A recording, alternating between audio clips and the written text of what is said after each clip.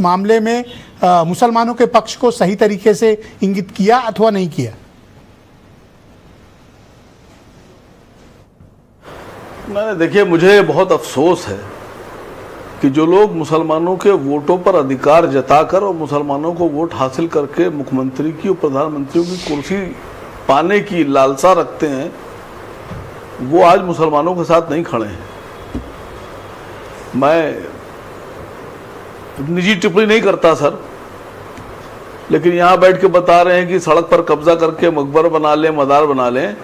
Sir, अगर सर्वे करा लिया जाएगा तो मैं समझता हूँ चकपाणी महाराज जी, आप जैसे लोगों ने हिंदुस्तान की सड़कों पर कब्जा करके, पार्कों पे कब्जा करके, सरकारी कार्यालयों में कब्जा करके जितने मंदिर बनाए हैं पूरी दुनिया में नहीं बनाए होंगे किसी ने, अवैध कब्जे करके।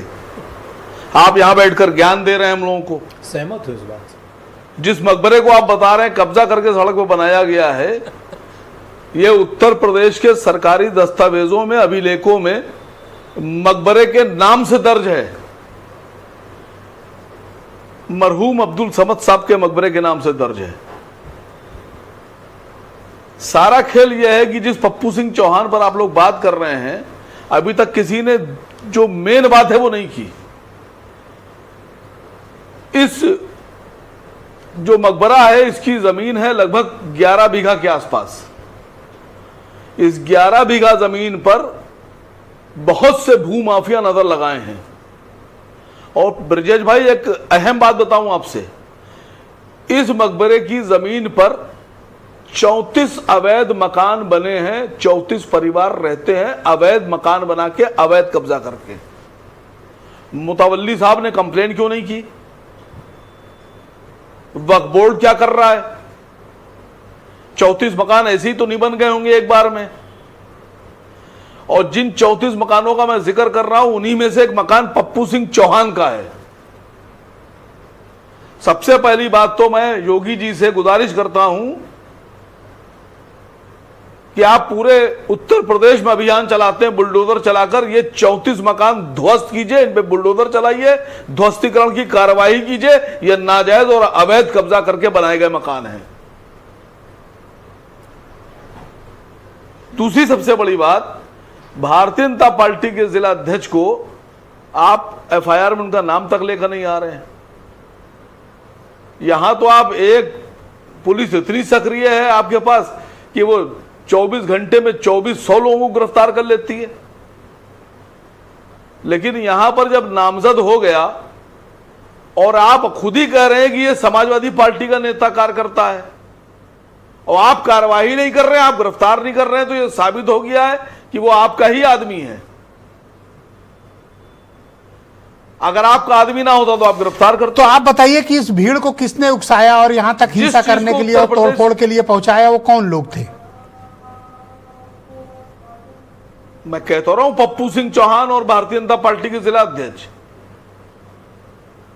और ये कार्यवाही जो हुई, जो भी अटैक हुआ मकबरे पर, ये नाजायज अवैध कब्जे की तैयारी थी।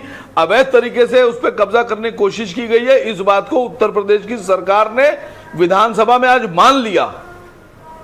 जिस चीज को सरकार कह रही है कि हाँ ये नाजायज काम हुआ है, ये अवैध हमला था, सरकार खुद मान रही है। तो समाजवादी पार्टी का क्लेम है कि वो इस तरह के ट्रैप में नहीं फंसेगी सरकार से, और ताकि वोटरों पर गलत मैसेज न जाए। कर्नल साहब ने स्पष्ट किया। सर मसला वो नहीं है कि ट्रैप में फंसेंगे नहीं फंसेंगे। मसला यह है कि आप अपने समाजवादी पार्टी के कार्यकर्ताओं का एक बार फिर से उनका इंटेंसिव उनको रिव्यू कीजिए, कैसे लोग हैं। अच्छा, एक एसआईआर सपा अपने यहां चलाए। एक तरफ तो आप इतनी बड़ी बात करते हैं। ओके, नहीं सर, इतनी बड़ी बात हो गई है, आपके पास इतना ऐसे कार्यकर्ता हैं। जिस पप्पू सिंह चौहान के बारे में बात हो रही है, अभी प्रवक्ता जी कह रहे थे कि आपने पूछा समाजवादी पार्टी से कहां है नरेश उत्तम पटेल का फोटो, और कहां इतने विधायक जो समाजवादी पार्टी से फतेहपुर में जीते? नहीं, उस आदमी का क्यों नहीं उन्होंने मकबरे की लड़ाई लड़ी? उस आदमी का फोटो है अखिलेश जी के साथ। नहीं, उस आदमी की प्रोफाइल पर, फेसबुक पर अखिलेश जी के बराबर में सफेद रंग के सोफे बैठा हुआ फोटो है उसका। और आप प्रवक्ता होकर बता रहे हैं कि वो आपकी पार्टी में नहीं है।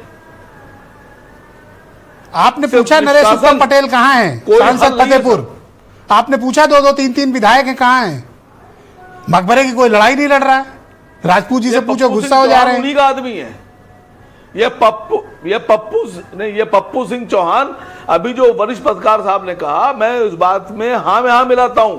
मैं जानता हूं ये पप्पू सिंह चौहान इंद्रजीत सरोज और नरेश उत्तम पटेल का खास आदमी है। सबसे सक्रिय भूमिका निभाता है फतेहपुर के चुनाव में वो समाजवादी पार्टी के लिए। भाई तो क्या आप सहमत हैं मुसलमानों की लड़ाई कांग्रेस और समाजवादी पार्टी को ठीक से लड़ रहे हैं या नहीं?